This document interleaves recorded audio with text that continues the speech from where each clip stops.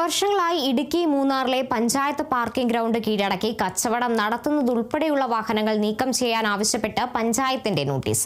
12 വാഹനങ്ങൾക്കാണ് 7 ദിവസങ്ങൾക്കുള്ളിൽ നീക്കം ചെയ്യണമെന്നാവശ്യപ്പെട്ട് നോട്ടീസ് നൽകിയിട്ടുള്ളത്. 7 ദിവസത്തിനകം വാഹനങ്ങൾ നീക്കം ചെയ്യാത്ത പക്ഷം പഞ്ചായത്ത് സ്വമേധയാ ഈ വാഹനങ്ങൾ നീക്കം ചെയ്യും.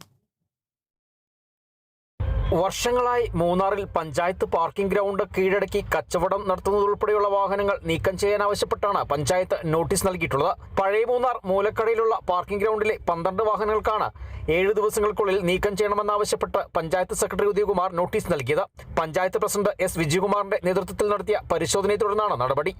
പാർക്കിംഗ് ഗ്രൗണ്ടിൽ വർഷങ്ങളായി പാർക്ക് ചെയ്തിരിക്കുന്ന വാഹനങ്ങളെ നീക്കം ചെയ്യാൻ വേണ്ടി ആദ്യപടി എന്ന നിലയിൽ അവിടെ ഉണ്ടായിരുന്ന വാഹനങ്ങളിൽ 8 വാഹനങ്ങൾക്ക് സെക്രട്ടറി നോട്ടീസ് നൽകുകയും ആ വാഹനങ്ങളുടെ ഉടമസ്ഥരെ കണ്ടെത്തുന്നതിന് വേണ്ടി ബന്ധപ്പെട്ട RTOയ്ക്ക് കത്ത് നൽകുകയും ചെയ്തിട്ടുണ്ട്.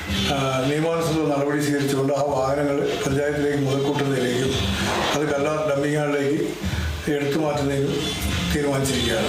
പുറമേ നിന്നുള്ള വാഹനങ്ങൾ നിർത്തിയിടാൻ സാധിക്കാത്ത വിധത്തിൽ പാർക്കിംഗ് ഗ്രൗണ്ട് കയ്യേറി ചില വാഹനങ്ങൾ സ്ഥിരമായി നിർത്തിയിട്ട് കച്ചവടം നടത്തുന്നതായും ചില വാഹനങ്ങൾ ഉപേക്ഷിക്കപ്പെട്ട് കിടക്കുന്നതായും കണ്ടെത്തിയതിനെ തുടർന്നാണ് നീക്കം ചെയ്യണമെന്നാവശ്യപ്പെട്ട് വാഹനങ്ങളിൽ നോട്ടീസ് പതിച്ചത്.